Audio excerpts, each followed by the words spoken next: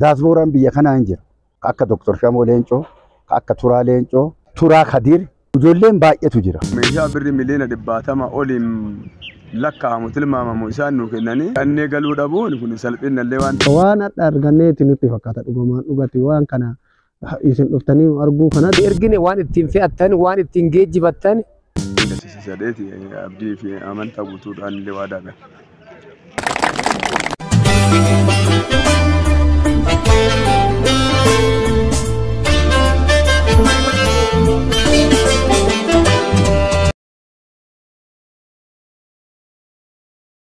رب المواتى ورد فين ذلك اللي بركة بدل قلتين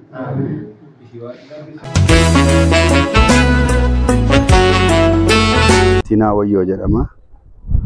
Godina Arsii Lixaati. Aanaa Dodola magaalaa Nageellee Meexamaati. Rakkoo fayyaa naannoo kana baay'ee nu mudata. Nu magaalaa Dodolaa irraa kiiloomeetira 60 fagaata. Garuu kiiloomeetira 60 fagaannaa uummata 70,000 ol qaba. Uummanni 70,000 olii kuniin mana yaalaa kana yeroo tokko inni ji'oo wayii nu hujanii garuu haa hujan malee siree ciisichaa haawwatii deettuun ciiftu gahaan hin jiru. Meeshaan as keessatti haawwatii dhiisii dhibamaan tokko ittiin laallamu gahaan hin jiru. Namni rakkoo akka kanaa kanneen hin qabnaa meeshaan baay'een hin jiru. Maqaa isaatiin garuu ogeessa gaafatuun hin malaa. Meeshaa tokkocha hin qabnu as keessa siree ciisichaa hin qabnu. Uummanni 70,000 kun qani'in nama 200-300 asitti tajaajilama.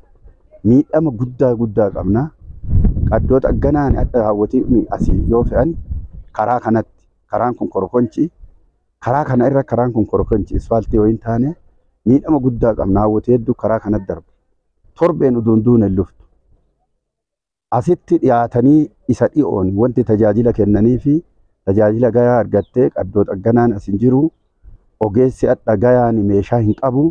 Ijoollee ogummaa qabdullee orga yoo meeshaan qabaanne wanti geeddaramtuun hin jiru. Meeshaan tokko hin jiru mana kana keessa. Antiraazaa wandiin tokko hin jiru. Meeshaa adda addaa wayitu as keessatti wanti jiru hin jiru. Rakkoo akkanaatitu nu mudatee rakkoo akkanaa qabna. Tole hedduu galatooma. Ani aanaan kiyya aanaa Dodolaati. Jireenyi koo magaalaa Nageellee Meexamaati. Hojjira. Deettuun teenya yeroo baay'ee meeshaan hin jiru mana kana keessa daawwattaniirtu. Meeshaan altiraasaawundiin hin jiru. Laaboraatooriin hin jiru. Meeshaaleen adda addaa namni ittiin gargaaramu hin jiru. Kanaan wal qabatee dhaloonni dhufu. Daa'imman amma dhalattu. Dubartiin amma ulfaan jiran rakkoo hamaa keessa jiran. Rakkoo basii salphaa tokko meeshaa ittiin ilaaluu dhabaaf asii deemtee uduu mana yaalaallee hin karaa irratti illee kan lubbuun isaanii darbu hedduudha. Meeshaan kun nu geeddarame. Manni ciisicha haawwatii nu geeddarame. Manni yaalaa kun kilinikii irraa gara sadarkaa hospitaalaatti ol nu guddatee waan fageenya guddaa qabnu. Asiin aanaa Kofalee irraa kiiloomeetira 80 fagaana. Dodola irraa kiiloomeetira 60 fagaana. Asii aanaa Kokkossaa irraa akkasii fagaana. Warqa irraa akkasii fagaana. Nu jidduu galeessa kanatti hospitaalli gahaan nu kenname. Uummata maayibaasii kenna 70,000 malee uummanni asii fayyadamu aanaa Kofalee irraa asii dhiyaata. Kokkossaa irraa kunoo asii dhiyaata. Kokkossaa irraa kiiloomeetira 10 akkanaan fagaannu asii dhiyaata. Warqa irraa asii dhiyaata. Aanaa Kofalee irraa asii dhiyaata. Uummanni aanaa afurii kun asitti tajaajilama. Tajaajilli kun gayaan akka hospitaalli gaa asiin nu hojamee nu kenname meeshaan garaan nu geeddarame daasbooraan biyya kanaa hin jira. Daasbooraan dhalataan biyya kanaa hin jira. Daasbooraa biyya kanaa nu dubbifamee irra nu maratame maqaa isaanii illee hodhaa jettanii dhoofna. Daasbooraan biyya kanaa nama adda isteetii hin beeku malee Ameerikaa irratti namni adda yaala kanaan baratee jira warri biyya kana quba qabu. Akka Dr. Shamoo Leencoo, akka Turaa Leencoo. Rakkoo hawaasummaa rakkoo fayyaatiin wal qabatee jira.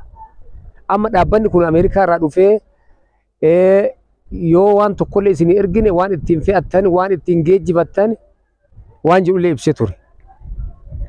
In qabna namallee Ameerikaallee in qabna ijoollee in qabna. Akkuma duratti obboon kaase Dr. Shamoo Leencoo Nageessoo Sulxii Kaasaa shuuggee isaaf kana fakkaatan dhimmi kun gara miidiyaatti nu deebi'ee kan maqaa dhoofneef kan maqaa nu dhayin illee Turaa Kadir ijoolleen baay'eetu jira.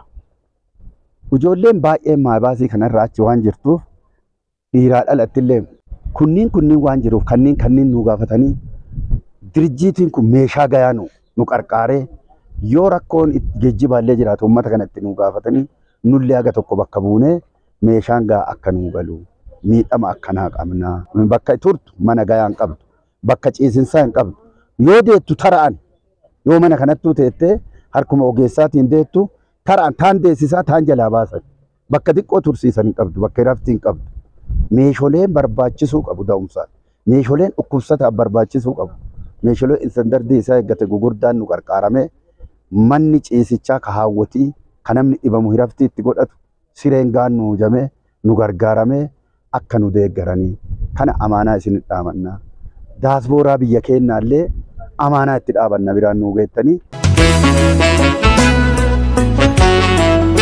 wan hanqinni nu qabnu maashina dhibee keenya argataa hin jiru garri nu ergan dodol yoo hatattama makiinaan sun dhaqqabaa hin jiru dhallee borullee wanni nu isin nu qarqaartana dhallee borullee ilmaan teenya maashina rakkina keenya ka gara garaatiif maashinni asii galee dhibee keenya argannee dhibee keenya beekee doktorri keenya illee nu yaaluu qabaata doktorri waan afaan keenya bahee nu yaalaa jiran dhibee keenya argaa hin jiran rabbi waliin nu dhaabateera doktorri keenya bakka maashinni keenya hanqoo jirutti bakka laaboratoriin keenya hanqoo jirutti dhibee keenya eessaan argataa dhibee keenya eessaan beekee nu yaala doktorri dawaa isaan nu kenna yookiin miidharra nu geessa yookiin miidhaan nu dabala yookiin miidhaan nu raqannas kanaafuu ilmaan teenya ala jirtan tan nu keessa jirtan tan nu keessaa baatan maashinaa fi rakkina keenya nu hordofaa jenna galatoomaas.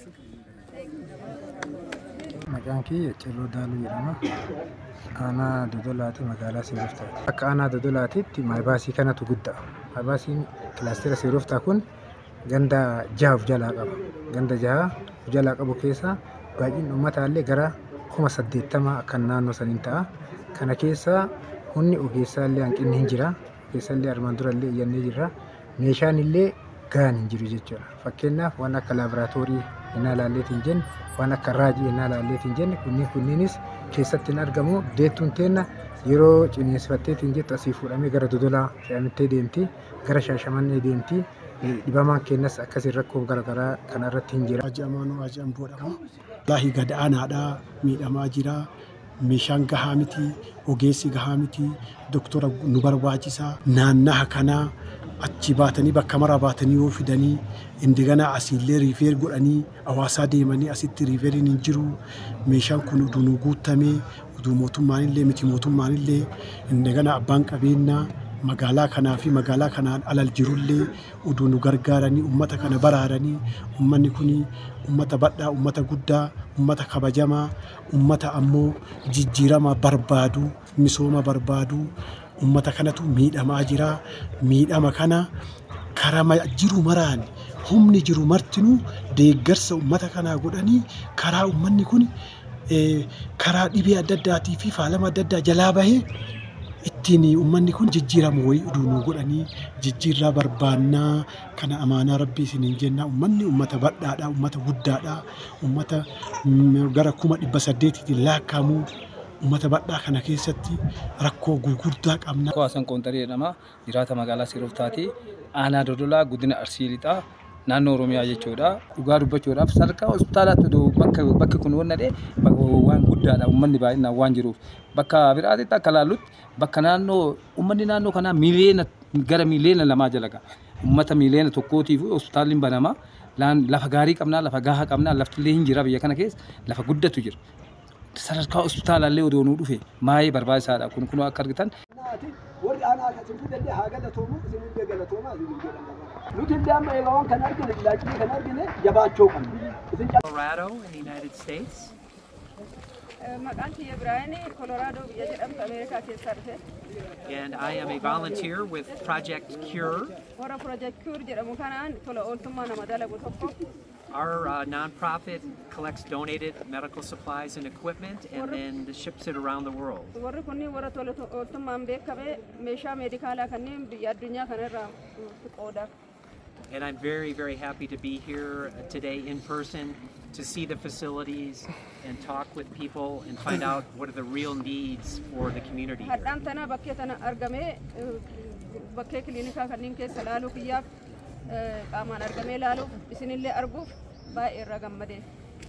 And we will do the best that we can to meet those needs. We only can provide what is donated to us, but we know what the needs are now based on meeting with everyone here. Waan barbaachisu isinirraallee dhageenye as keessattillee argine waan dandeenyu haga humna keenyaasiif waan qabnu waan doneeshinii nu kenname wastoora keenya keessa qabnu isinii galchuu yaalii goona. And this is my first visit to Ethiopia and I'm loving it. Kuni yeroo kiyya ka tokkoffaati Itoophiyaa ijaan arguun baay'ee irraa gammadee jira. Yeah, thank you all.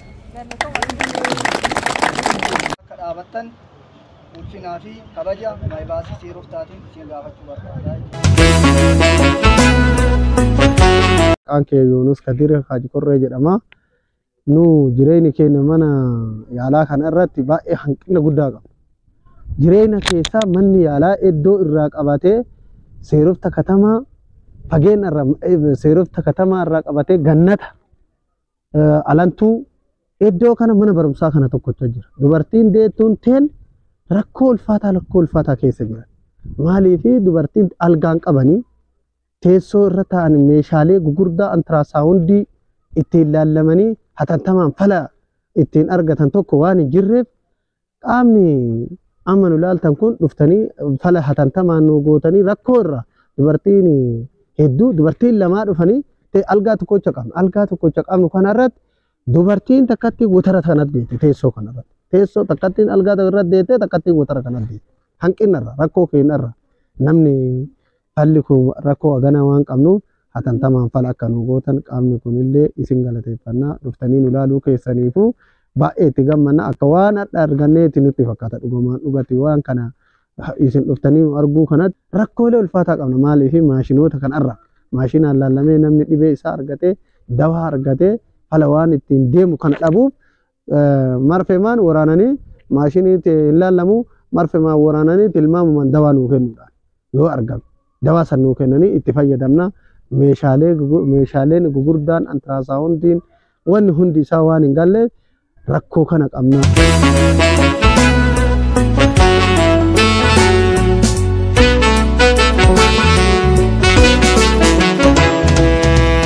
Maqaan kiyya Eeggazuu Tolasaan jedhama. Kanan jiraadhu aanaan saboo magaalaa Warqaati. Waan duraan jiru wal bira qabsiisnee olaalle fooyyeen hin jira. Garuu ammas wantoonni hafan hedduutu jira jechaadha. Wanti silaa asitti odoo tajaajilamuu danda'an sababa meeshaa adda addaa dhabuutiin as keessatti rakkoo ta'ee gara biraatitti riifaritti ta'utu jira jechaadha. Mustafaa Kadir jedhama jiraata godina Arsii Lixaa aanaan saboo magaalaa Warqaati. Haala hospitaalli kunin wanna guutamuu fi qabu guutamuu dhabeerraa tokkoffaa meeshaa deeggarsa qarqaarsa as keessatti dhibamaa godhan kun waan hin guutaminiif dhibamaan harka isaanii irratti du'a argane waan du'aa jiruuf yaala barbaachisaa ta'u argataa waan hin jirreef inni rakkoo ijoo hospitaala kanaa akka ta'aa jiru kana. Fakkeenyaaf amma meeshaa laawundariin jiru, eksireen raajiin kun jiru, altiraasaawundoonni walumaa galatti wanni hospitaala guutamuu qabu waan hin guutaminiif gaafa eebbifamu kanillee guutamaa fi yeroodhaaf hospitaalli kun ijaaramee xumuramee jedhee tajaajila hawaasaa haa kennuudhaaf eebbisuun geggeeffame malee akka wanni isaa barbaachisu hin guutamin biiroon fayyaa Oromiyaallee qaamni garaagaraallee hin beeka. Kanumaaf amma hospitaalli kun duwwa mana duwwa qorichi keessa hin jiru. Ogeessi gahaanuu keessa hin jiru ogeessi as barbaachisu gara nama 250 amma nama 30-40 hojjabaate 50 hojjetoo qulqulleessituu kana maal dabaleeti malee namni kaleessa hospitaala kanaaf irratti hojjuu danda'a jedhamee humni nama barbaachisu as keessa hin jiru. Kanatu amma rakkoon guddaan kana meeshaawwan amma sii kaasaa jiru kunniin jireenya amma galgala ifaan akka biyyaatittuu rakkoodha. Kana amma isaan operaasyoonii godhuu kan danda'aniin hojii ifaan godhan jiraate. Operaasyoonii amma hojuu hin danda'amu. Doktoroonni garuu operaasyoonii hojuu danda'an as keessa hin jiranii. Sababa kanaaf amma rakkoo kana keessa jira. Jireenya guddaan isaa sadarkaa isaa eeggate hospitaala kana keessa hin jiru. Meeshaawwan an duratti asiin jedhu kan beekuuf kan hin beekne illee as keessa waan hin jirreef rakkoo guddaa hawaasni dinagdee naannoo kanaatti dhibamaan amma guyyaatti meeqaa tasoola nama 200-200 tasoolaa jira kun nama tajaajila argataa hin jiru. Sadarkaa namni duudee yaalamaa jiru wanni itti yaalamuun dhabuurra du'aa jiranii isuma kanan guddaa. Amma dhaabbanni biraa kun gara biraatii dhufeeti asitti deeggarsa godhaatiin jira. Kun ammoo waan gaariidha. Akkuma kana ammoo dhalattoonni aanaa kanaatillee hedduun isaanii biyya alaallee kan jiran qabeenya guddaallee kan qaban ni jiru waan ta'eef waan kana isaanillee odoo akkuma dhaabbata kanaatitti isaanis rakkoo hawaasa keenyaa, rakkoo aanaa keenyaa, rakkoo hospitaala kanaa, rakkoo aanaa keenyaa kan hubatanii isaanis itti dabalamanii nu gargaaranii dhaamsa dabarsuun barbaada. Amma dhaabbanni kun sirriidha. Amma dhufanii asii kunoo nu dubbisaa jiranii dhaabbata biyya alaa irraa meeshaa bakka rakkoon hawaasa keenya qunnamee jirutti haati dhaabbata isaanii kunoo amma nu dubbistee turte isaaniifillee kaasee jira. Meeshaa kana isaan nu hoo kennan meeshaa kana yoo nu argamsiisan dhalataa naannoo keenyaa ta'ee uummanni aanaa keenyaa abbootiin qabeenya aanaa keenyaa dargaggoon dargaggeettiin qeerroof qarreen namni hundinuu namni irratti hirmaanne waan hin jirreef an akka nama tokkoof itti gaafatummaa mataa kiyyaa fudhadhee waan kana qindeessee mallaqa kana argamsiisuudhaaf waa daangada jedhee yaada. Maaliif mallaqa meeshaa birrii miliyoona 70 oliin lakkaa'amu tilmaamamu isaan nu kennanii meeshaa miliyoona 5-10 hin caalle gaafannee fe'annee galuu dhabuun kun salphinallee waan ta'eef kanaaf ani akka nama tokkootitti abbootiin qabeenyaa naannoo keenyaa qoraamii hojii misoomaatiif hojii deeggarsaa kanarratti hin beekamna. Uummanni aanaa kunaallee waan akkana irra rakkoo hin qabu. Ani kanaaf ani akka nama tokkootitti bakka waan kanaaf ufumatti fudhadheetu waan kana qabeenyi kun gaafa dhufee nuu kennanii koottaa fudhadhaa jedhan ani hin galchisiisadeeti abdii fi amantaa guutuudhaan illee waadaa gala.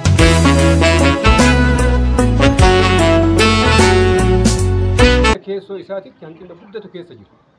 Miidhama haganan jennetu mul'ata.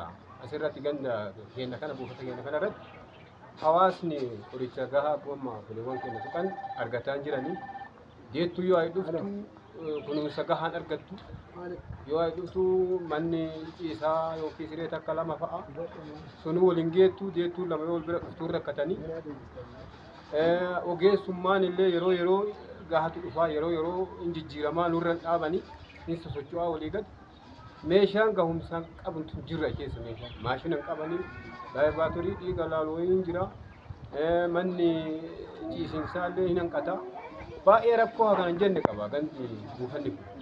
Kanaafuu mootummaan sirriitti ilaalee dhuftanii nu to'achuu waan rakkoo jiru kana yeroo nu to'atame jijjiiramni mul'atuun hin mala garuu dhufuu keessanii galata guddaa qabdanii akkanatti nu jala akka namni deebii gahaa akka argannu waan kana laaltanii rakkoon keenya kun gabaabinaan argamee akka itti gammannee nullee mootummaaf isinillee galatoomfannu nurra deddeebi'aa nu laalaa hanqina keenya kana jijjiiramatti nu deebisaa jechuu barbaannee itti dabaluu. Akkana dhufanii argitanii nama laalanii wanni martuu argitanii namaa gala. Nu akka kennatti akka ganda leenca'uu shaatitti mana yaalaa hin qabne. Leenca irratti buufata fayyaa hin qabne. Nama yoo dhukubu bakka biraatti buufata hin qabnu nama bakka tokko baannee amma gasaa ammaatitti ayfinnee asii ka'anii meeshaa dhabiinsaaf hadabbaa erginee ta'inee eeggataa jira. Maaf ta'a kun manni argitanii eega ijaaramee ulaagaan otoo guutamee gaarii ture meeshaan gahaan hin jiru laaboraatooriin gahaan hin jiru maashinni gahaan hin jiru mana argitanii manni ijaaramee yoo argitanii waa keessa jiraatan kiniini gahaan qabnu maaf ta'a kun baga dhuftanii nu argitanii dhufuun keessan galata nu faana buutanii waan jireen argitanii waan hin jirre nu guutamuu qabaa kana yoo jedhe nagaye. Mara hin qabnu asii fuudhanii biyyaa baaniini karaa sanitti illee du'uu dandeetti. Taduutti illee hin jirti. Karaa kanatti rakkoo baxaamii qabna mara wayituu hin qabnu. Meeshaan silaa biyya ambaatitti yoo laallu katamaa anastanya katamaa kana guddaa ummata kana muluu dhiisaa biyya ambaallee yoo laallu guddaa biyya ambaa gaarii.